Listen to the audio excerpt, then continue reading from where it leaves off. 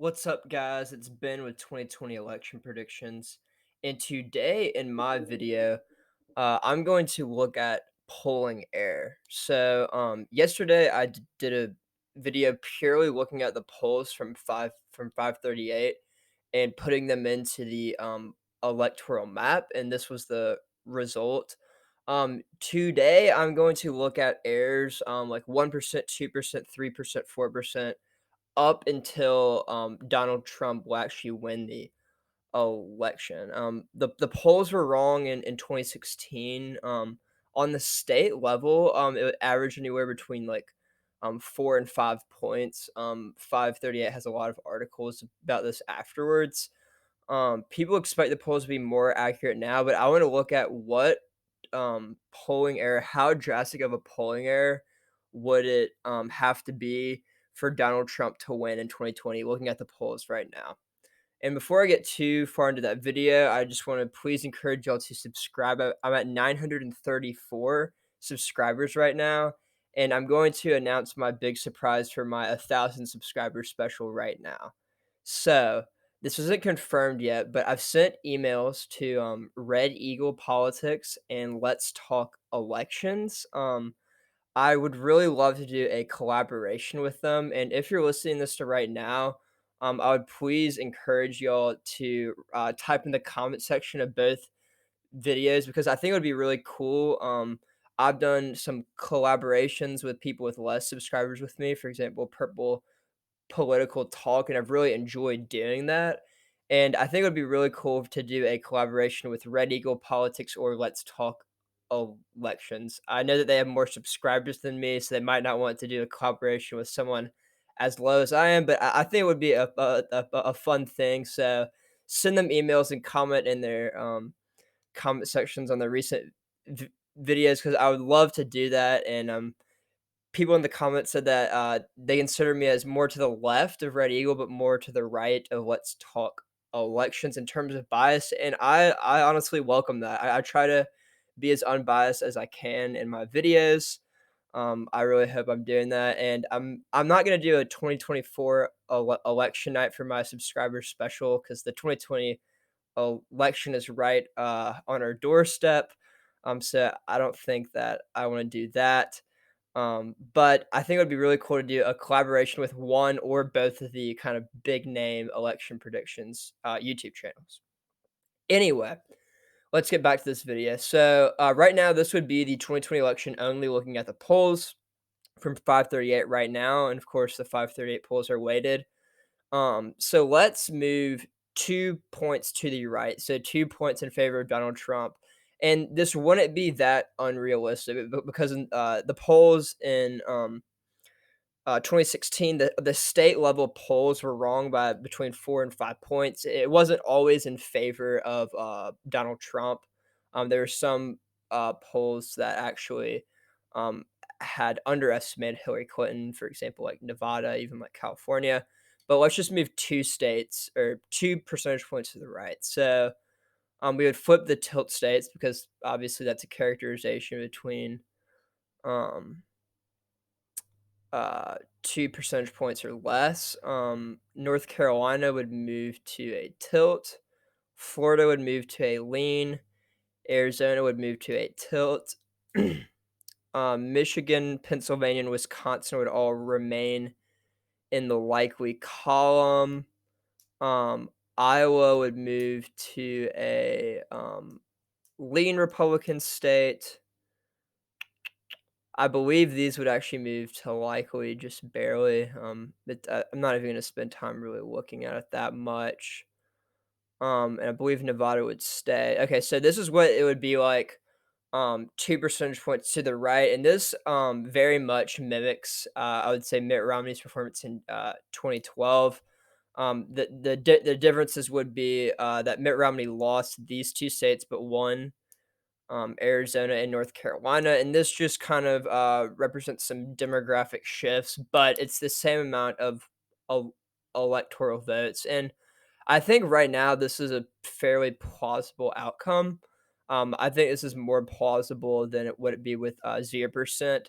But I mean, I really think, I mean, this is my current prediction, except right now I have North Carolina just tilting towards the Republicans, but people who want to encourage me to be more poll based. I mean, right now, if the election were held today, this is actually where I see the outcome. I still think Texas, Georgia, and Ohio will go red, but they'll be very, very close. So let's right now go 4 points to the right. So if we look at states like Pennsylvania and Wisconsin, they will move to a lean characterization instead of the likely. All of our tilt Republican states will move towards the lean column. Um, Arizona will tilt towards the Republicans, so will North Carolina. Um, and let's look at Florida. So I believe Florida yesterday was 6.2. These polls are getting constantly updated. So, yeah, so a 4 point shift to the right would still have this at 2.2. So this would still be a lean characterization. Iowa being 4 points to the right. Let's check Iowa. It might even be likely at this point. No, because he was just barely up in that state. This would be likely, not that it really matters at this point. Let's check on the state like Minnesota. Uh, no, Nevada.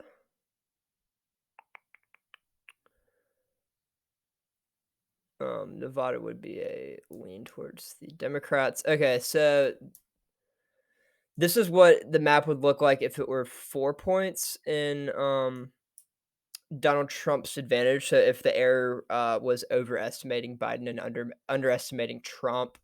And this actually looks like what it was in 2016 if we flip the party. So Donald Trump won 306 electoral votes. But right now, even if there were a 4% chance error in Joe Biden's direction, Joe Biden still retains the blue wall and Florida for that fact. So let's move on to 6 points, a 6 point error, which is a huge error, and I'm assuming that it's spread over evenly, all going towards Donald Trump, which is probably not likely. So this is getting into the zone where it's not going to be realistic. So I don't want anyone to criticize me for doing this because I'm just doing it for the sake of the video. So Florida, oh, actually no, Florida, it's like 6.2 right now, so it would still be a tilt Democratic state, as would Wisconsin. Um, Michigan would move to a lean Democratic state. Pennsylvania would move like here. Iowa would move to a likely characterization. So would Texas. Ohio would remain like this. Okay, yeah, so let me check on Georgia where it was beforehand. So Biden's up by 1.1, so it would still remain in the lean column. If just a reminder, it's 0 to 2 is tilt, 2 to 5 is lean, 5 to 12 is likely, and anything above that is a safe state. So Alaska might even be safe at this point. I'm not really sure. Okay, so let's look at like Colorado and oh wow, yeah, this was a state that was just incredible. Let's look at New Hampshire after after an 8 point thing. So this would definitely be in the and I'm assuming Maine would try 11. So this would also be a Wayne state. Okay, so this was the state of the election if it was 6 points. As you can see, nothing changed in terms of states flipping. That's because that Joe Biden right now has an over 6 point lead in states like Florida, Pennsylvania, and Wisconsin. Um, let's look at this if it's a 7 point advantage. I want to start going by the ones right now. just so we can see multiple at the same time for the sake of this, if it will even load. So I know that Florida will flip. Joe Biden's up by 6.2 points. So if we look at that, Florida would flip. If we look at Pennsylvania and Wisconsin, they still remain in Joe Biden's column. So this would be a 7 point advantage for the this would be a 7 point air term in terms of Donald Trump, and you still see right now that Joe Biden would still win this election. So let's now go to a 8 point spread, which I think is very unlikely at this point. So we see that Pennsylvania would flip to Donald Trump in this case. You might see. I mean, I'm not really even sure at this point. I mean, if it's an 8 point flip, you would probably see some of these start to go in the likely column. I'm not exactly sure. Um, but I mean, an 8 point difference would be a lot. And you see, finally, after an 8 point error, we see that Donald Trump would win the Electoral College. He would break that magic number of 270. And so that's where you have it right now. I'm sure I'm just looking at this right now. This would go to this, and if it were an 8 point characterization, this would move to a tilt Democratic thing. Wisconsin would just be a pure toss up because currently Joe Biden is up by um, uh, 8 points in Wisconsin, and I believe this would move to a tilt Democratic characterization. So there you have it. This is what the race would look like with an 8% error towards Donald Trump, which I do not think will happen. So Donald Trump is either going to have to improve in the polls, or the pollsters will just have to be completely off, which I highly doubt. So Donald Trump has a lot of room for improvement. I think what would be more realistic is if he improves in the polls and then still the polls are still off in Joe Biden's favor. I've talked about this in past videos. I think that the polls are going to be more accurate in 2020 than they were in 2016, but still on the state level, they can be less accurate. So looking at it overall, we see that Joe Biden is up 9.4% in the polls, so or in the national polls. So if it were an 8 point swing, then Joe Biden would be up by 1.4% on election day, and that is actually a smaller margin than would happen in 2016. So Donald Trump for sure has some work to do.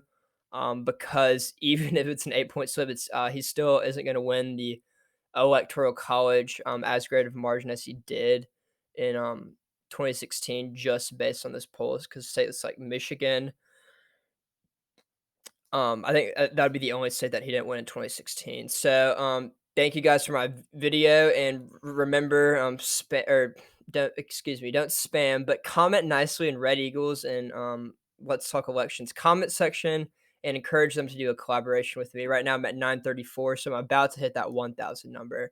Thank you all for watching and being on the lookout for another video today, because I'm doing a double upload until I get 1,000 subscribers. So thank you all. See y'all later.